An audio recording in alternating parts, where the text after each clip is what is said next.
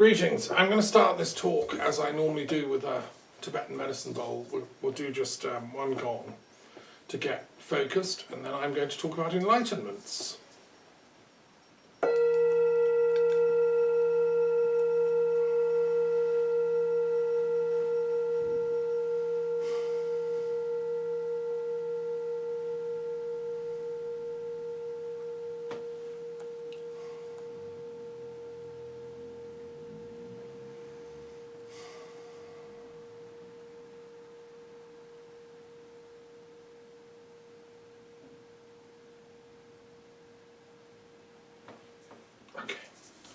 So I love those bowls, the sound is still going, and Tibetan monks, often have about 30 of those going at once during chanting sessions. So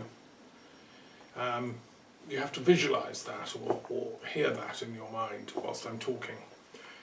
So hello, my name is Dr. Thomas Daffin, and I've spoken in recent weeks. I've been speaking out quite strongly and I hope convincingly against Brexit.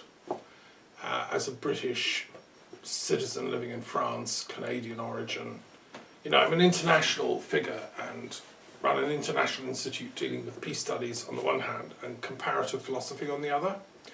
I feel totally that Brexit is a completely mistaken idea, and I've been speaking out about that. But fortunately today, thank the gods, there's now been an extension till Halloween, which I think is a pretty cool date. This should give us in the UK and expats living abroad enough time to organise and campaign for a second referendum. It's the only way out of this situation.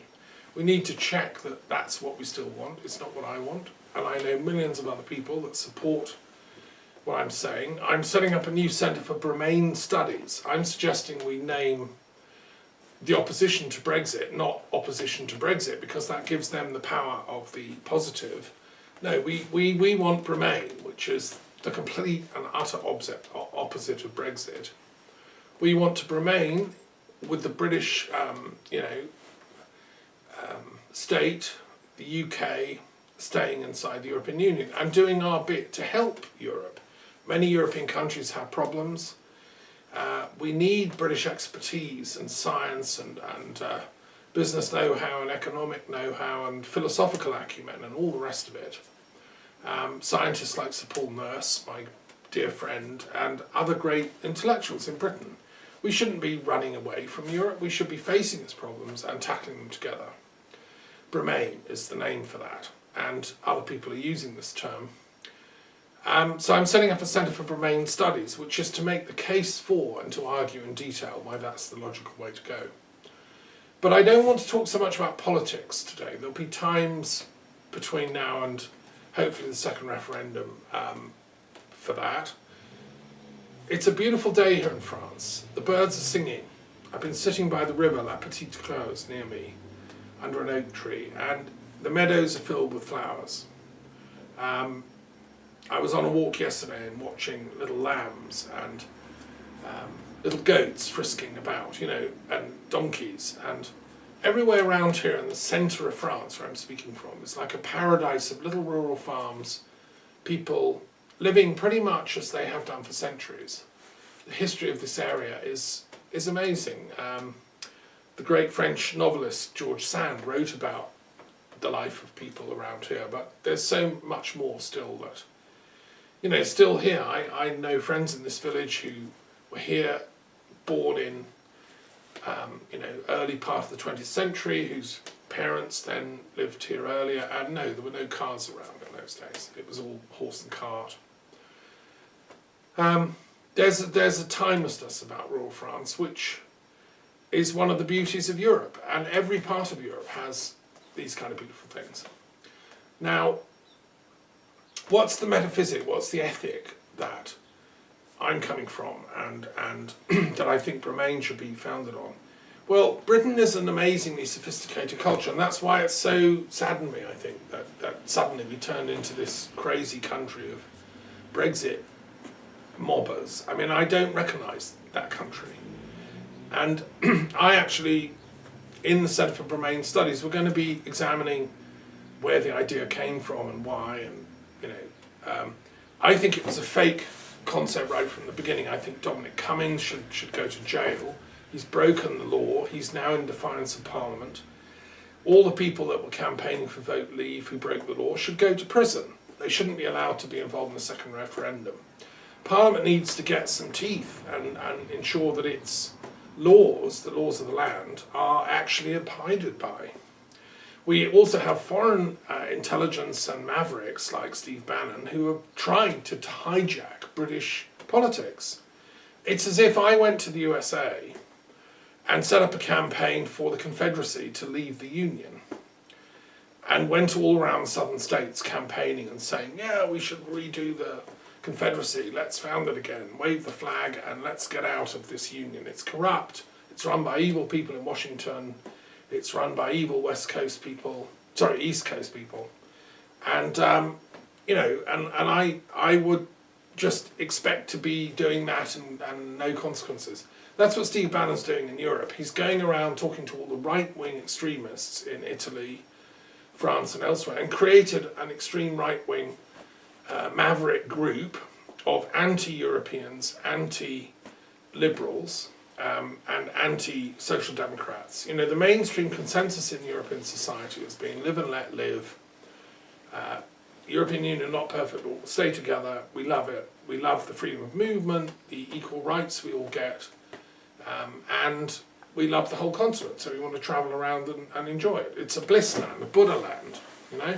This is Shambhala land. And there are some wonderful Buddhist teachers, Tibetan monasteries like Samuling in Scotland.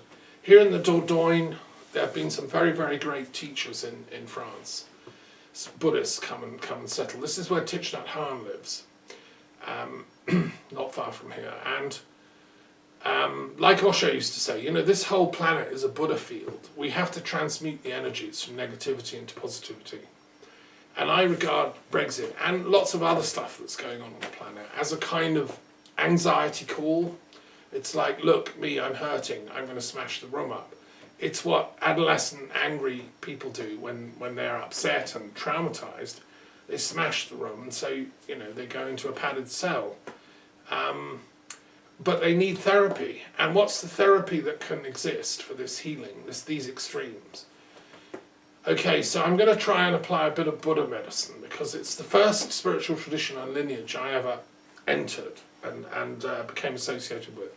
Some people know me as a Druid, some as a Christian, some as a Sufi, some as a Kabbalist. I'm all those things, but I'm also a Buddhist, and it was the very first that I got initiated into at quite a young age, when I was 18, 19, and I took a Bodhisattva vow, which I still uphold, and I was initiated into Vajrayana Buddhism at quite a high level. And I've never looked back on that. I see the project of Buddha in teaching about nirvana as parallel to and complementary to all the other spiritual paths and disciplines, including Christianity and Druidry and paganism and Kabbalah and Sufism and all the others. Okay, and that's where I'm coming from philosophically, because I've travelled in 36 countries. I'm an internationalist. I've met gurus, saints, avatars, living Buddhas in many, many, many countries. I've been to Dharamsala, I've been to the Himalayas. I love them all. I love them all. They're all part of the project Buddha field, which is the planetary transformation of humanity back to collective enlightenment. I call what I believe in what I call meta Mahayana. So Mahayana Buddhism brought the idea of collective enlightenment. You don't just work for yourself. It brought Tantric Buddhism, that you take all the experiences of life, like sexuality, like relationship. You don't run away from them and go and live in a cave. You embrace them, but you transform them into something beneficial. You work with,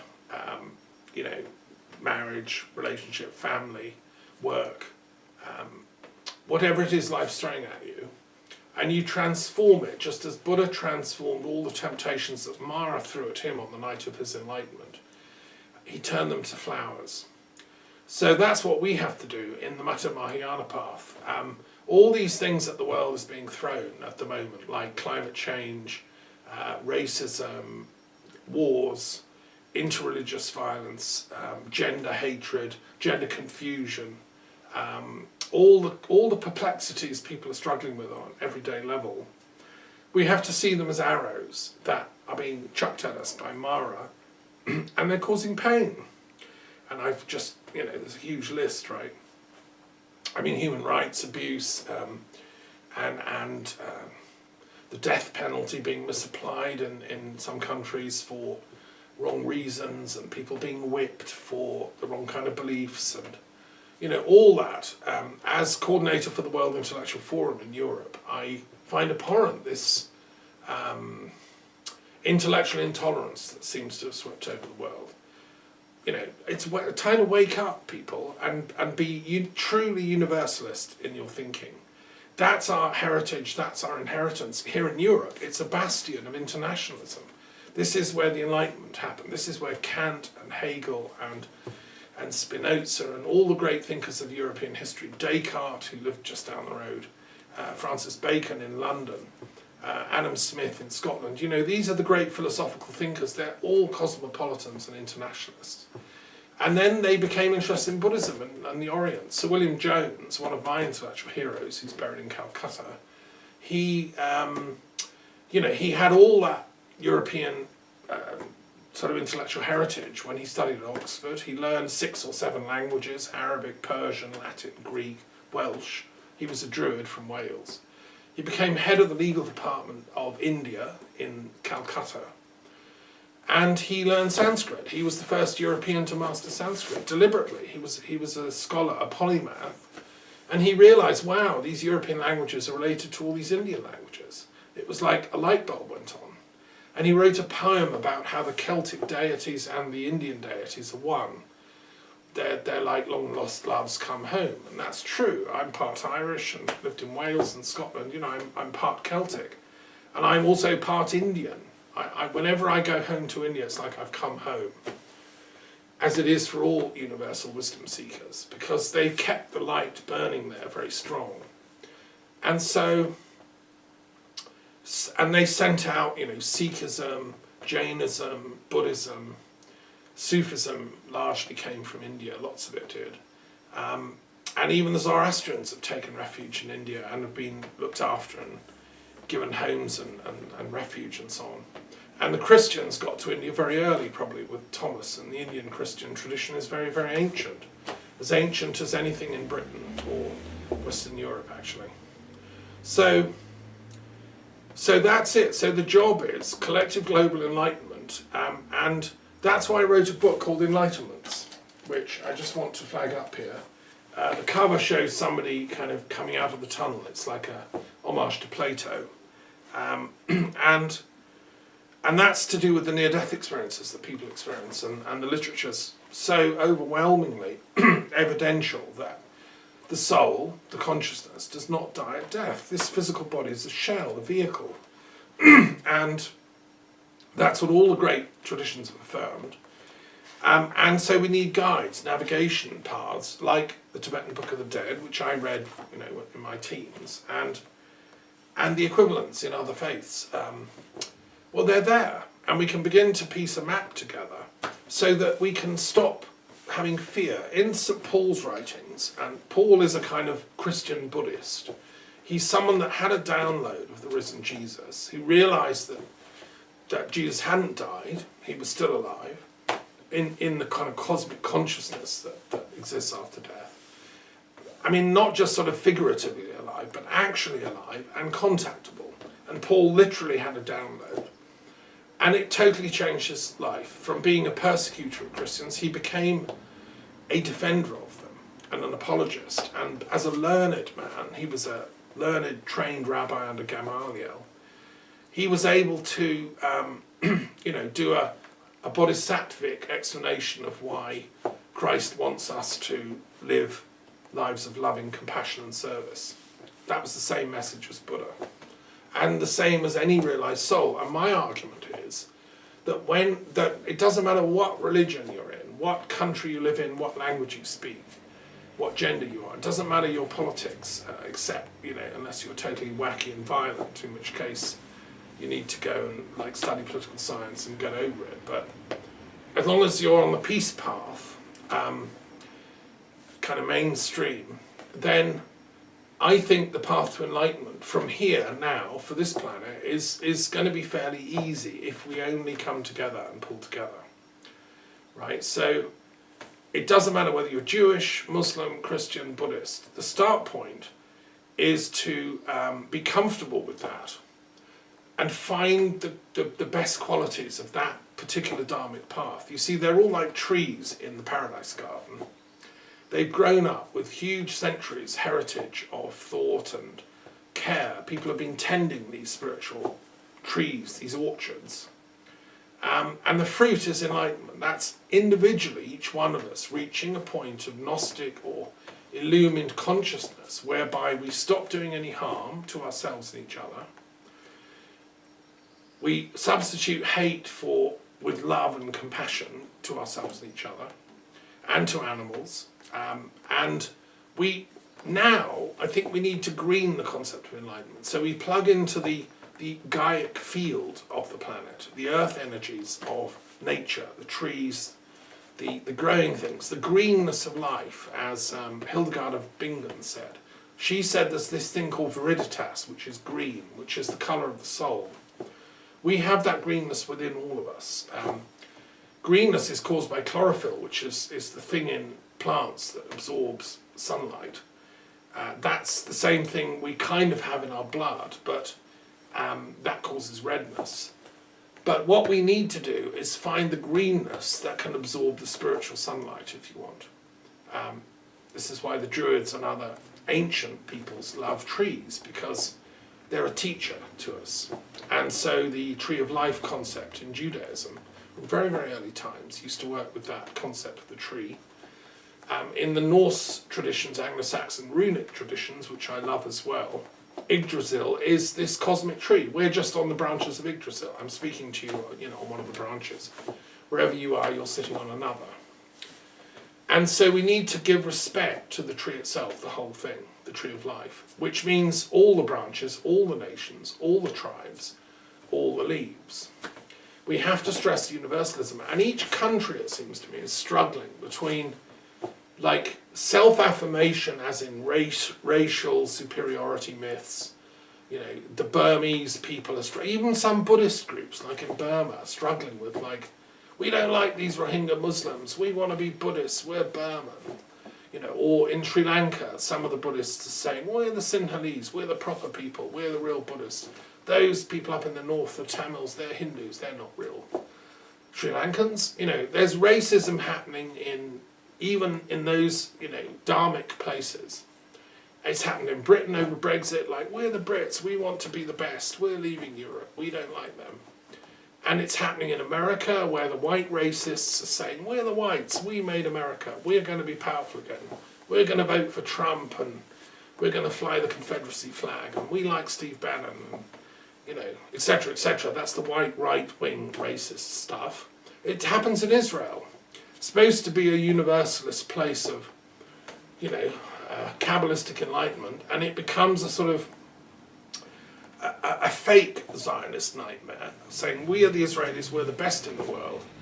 We're going to pulverize any Palestinian that peeps up their head over the, skyline, and we're going to just deny them their rights. I think that the last election, which was a knife edge, this is the polarity we're living in. One of the candidates, Netanyahu, the right wing, the extreme right wing, said he was going to hijack the entire West Bank and deny all Palestinians any rights forever, no voting. I don't know the exact details, but he said that to appeal to the extreme right Israelis. Now, that's just tragic, given that Israel suffered, the Jews suffered, from exactly that kind of racism in Europe, and were the victims of that kind of thinking, which was Nazi mentality, which said, we're the Germans, we're the best in the world. We're going to conquer and bomb any other European nation that doesn't agree. And the poor French got clobbered 3 times because they dared stand up against these German imperialists. So, no, enough of that racist kind of ideology and nationalist superiority. Let's have humility be we British or German or Israeli or French or Arabic, because there are sort of Arabic nationalists who say, Arabs are the best, we conquered everyone, we are the greatest, we've got the last prophet, only our prophet counts, we're going to conquer everyone, you know. I mean, all of that stuff is just, sorry, it's not very intelligent, because if you look at the planet where we're living on, we have to readapt our thinking to the emergency the planet's facing. The planet can't afford that sort of superiority racist stuff anymore. We have to find a way of collaborating across our cultures and races and enlightenment paths, because no one's enlightenment is better than anyone else. It's a weird thing. Einstein pointed out that once you reach the speed of light, that's it. You know, we don't actually know what happens when you reach the speed of light. I think you become light. I think if you got a space rocket and you made it go at the speed of light, it would turn into light, because I think that thing we call light is a function of its actual speed. But, you know, that's a long story. I'm not going to go into physics in this talk so much, although maybe another time. And I think it's the same. When you reach enlightenment, you become light. You become the universal. That's what enlightenment means. You know, you become the oversoul. You become the spiritual, empyrean, etheric, universal oversoul that we all are individually, but because we're down here encased in physical bodies, we forget we're actually also the oversoul. That's Emerson's phrase, but you know, it's a good phrase. So that's what enlightenment is. It's actually getting back in touch with who we actually are, which is where we came from, which is you know, the spiritual beingness that is still inside us all as humans, and it's our job to remember that and wake up to that. It's nothing new. What I think you'll experience, and there are many, many people, you know, having these enlightenment experiences today, and thank you for that. And it's lovely to hear them all talking on that wonderful show, The Buddha at the Gas Pump. That man is doing us all a great service, because he's getting ordinary people talking about, you know, my journey to enlightenment. And there are other kinds of outlets for that. And YouTube does a wonderful service, because it's enabling us to share these kind of sophisticated and subtle experiences that we're all having. My view is that we reach a place of universal, you know, compassion and gnosis. There's an intellectual element for me, as in studying and understanding all the different philosophical systems fit together and point to a place, a synthesis, a place of divine, you know, intellectual unity, a place of the creative divine intelligence.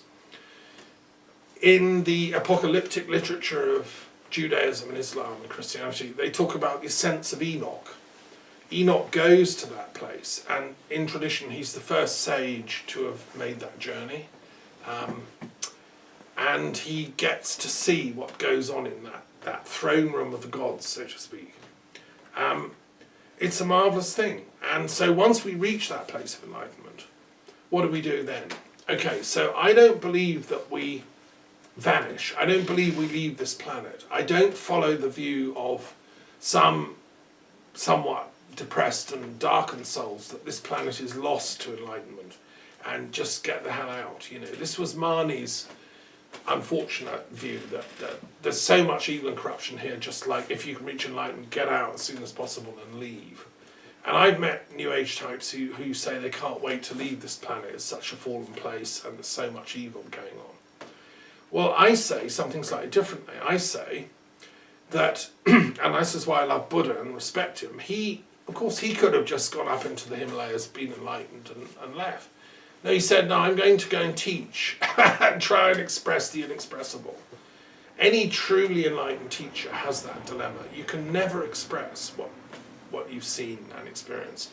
Socrates had the same problem, you know, so he just got everybody talking and he would just do the punchlines at the end. And Christ kind of did the same, although he, again, tried to teach. Any true teacher realizes that, as Lao Tzu said, the Tao is not the same as you know, the writing that tries to express it. The Tao is the Chinese name for the place of enlightenment. It's a place of eternal flow. Enlightenment is never the same one moment to the next. It's it's not a noun, it's not a state of being, it's a process of riding the currents of destiny and fate in a way that is beneficial and positive to yourself and to all others. It's like making love with time and space in a positive way that creates positive outcomes, which is why Tantra is a very good tool to to master the enlightenment process. So it's an enlightening process, and that's why it's interesting. Buddha's patron deity, and not many people realise this. I realise it because I've been to Nalanda, the Tibetan place where all the Tibetan scholars used to go and study. Padmasambhava and so on were graduates of Nalanda, and it was the great Buddhist centre of intellectual discovery. And around there, I discovered the deity is Indra, right? This is the first level of Vedic India. And it's before Vishnu and Shiva and Brahma became so famous. In those days, Indra was the top god. He is the king of the gods. He lives on Mount Meru. He throws thunderbolts around and lightning, just like Thor does, or Zeus, or Jupiter. And Buddha embodied him. Buddha was an incarnation of Indra, not Vishnu. This is, sorry, but a later kind of gloss. I'm talking in Buddha's own mind. Buddha felt he was an incarnation of Indra. Kapilavastu, where he was from and grew up, named after a famous yogic seer, Kapila, was also, that was Indra country. And so what Buddha did is he managed to reach enlightenment, that place of absolute Gnostic knowing, and then he could give people that enlightenment bolt. And that's where Zen came from, in the transmission of that light. And if you study these things enough, I mean, Zeus is the kind of Greek equivalent, Jupiter, and these are the kings of the gods. These are the people we need. We need heavyweights on this planet right now. And Yahweh, bless him, is the equivalent in Judaism. Yahweh is the thunderbolt deliverer who lives on the top of the mountain, and it thunders and lightnings when you go and see him. He's Indra, right? We need to get this whole team together with Buddha and all the other Buddhas in all the traditions. I mean, you can call it, I don't call it, they all have different names. So in Zoroastrianism, it's called the Saoshyant. He's the embodiment of the Indra, that's going to save the planet. Buddhists talk about the next Buddha, Maitreya, and they argue, where's he coming from? Well, the joke is he's already here, he's inside us all. He is the Indra that you can contact. He's the light that you turn into when you reach enlightenment. The Muslims say the Mahdi's coming. Muhammad's going to come back. Well, that's, what's he going to do? He's going to open the Golden Gate with Jesus. Well, let's get on with it. That's what I'm saying, because that is the signal for that universalistic era of peace to begin. That's reclaiming the planet for the peace witness. That's what Christ tried to do. And as Muhammad said, I'm sick of the prophets being killed. Like nowadays, what happens is the prophets are ignored or stuck in a mental hospital or given drugs or called schizophrenics. And we have a whole paradigm war going on between the materialism, heavy scientific, life-denying materialist robotization of man, that we are nothing but the physical chemicals that comprise our body and the neurological systems that science can reach, to deny the soul. And then this puts people into a paradigm of control because they have, that materialist greed for control over people's lives. Well, I'm saying no, the people are actually free. The people have this spiritual essence inside. It's the miracle that Paul realized when he got his enlightenment bolt from Christ, who was like Indra on the job in his era. He realized, wow, it's in everybody. It's in like the people I always despise, these Christians, these wandering, broken type people who all have this funny happiness in their eyes. Why? Because they plugged into that eternal light. They reached the Metta Mahayana enlightenment. So anyway, so what do we do? How do we combat? So what I'm saying is, don't leave the planet. If you're anywhere near enlightenment, please stick around. That's my first plea to you. And if you're not anywhere near enlightenment, then what are you doing, wasting your life? Please study practice, do some disciplined meditation every day, read the great scriptures, read the Bible if you've never done it, the whole thing, and the Apocrypha and the Gnostic texts. You can listen to my commentaries on them. You can listen to my commentaries on the books of Enoch, on the Quran. If you're a Muslim, study the spiritual depths of Islam from the universal perspective. Look at Shia teachings, look at Sunni teachings, look at Ismaili teachings, look at the Sufi teachings. Reach enlightenment, Okay, so, and then come back and see me. So, okay, let's say we've done that. Fast forward. So now there's a few thousand of us who are serious devotees of global universalistic peace enlightenment. What do? Okay. I think what we do is firstly, I'm trying to set up a network, which I've called, it's got a lovely acronym, WMASC, right? WMASC. So that's the World Messiaship, Avatar and Saoshyant Council and Buddhistic Council. And this is done as a project of the World Intellectual Forum, which I'm working with. And what I'm saying is, let's get together all the truly enlightened or near enlightened people on this planet. Because truly enlightened people are not competitive. The truly enlightened people come from pure love and compassion and mutual service. That was what Christ kept trying to tell his disciples. He kept saying, look, stop bickering about who's going to be the top disciple when I've gone. Love each other. He showed them by washing their feet at the Last Supper, serve each other. And every truly enlightened sage has done the same. Buddha did the same. And Muhammad too, with his understanding of the duty of Islam towards the ummah, towards the community. You should protect and defend, but actually not even just all the Muslims, but everyone, the people of the mosques, the people of the synagogues, the people of the churches, and the people of the temples. But actively serve and protect them. So all kind of interfaith rivalry and competition should go. And what I'm suggesting this council should do is represent the collective wisdom teachings of the planet to the secular power structures. The secular power structures, like politicians, they call them, have lost the plot on this planet. They seriously have. They lie. We know they're bribing each other. They kind of do corruption as if it's their right. And they've lost all sense of Dharma, all sense of truth, and they like racism and nationalism because it gives them more votes and it gives them more of a standing. I'm sorry, as Gandhi said, and Gandhi was on the team, the Indra team I'm talking about, the Enlightenment, Zappa. I mean, he told the Indian people, you've got to be universalistic. You can't go back to being Hindu versus Muslim versus Christian and all that. And that's sadly what happened. He was killed by racists. And, I worked with the Gandhi Foundation in London for many years. He trained in law in London. And I worked in the ashram in London in Kingsley Hall where he lived for a time.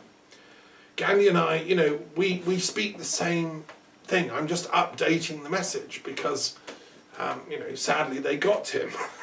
They haven't got me yet, and I hope they don't, and bless you, please go off and become universalistically enlightened and take the peace path, which is that of non-violence. Mahavira was another great sage who reached enlightenment and said, you've got to do ahimsa. It's just, that's the number one rule, right? So anyway, what I'm saying is that the WMASC, we need to come together. I'm open to hear, please, if you know someone that's enlightened, truly, or near to it, then please nominate them to sit on that council. We have a very interesting group of people already coming into place. And there will be further announcements, and let's say manifestations of that. I think that symbolically what we should do is get the Golden Gate open and get a peace tent on the Dome of the Rock, I think on the Temple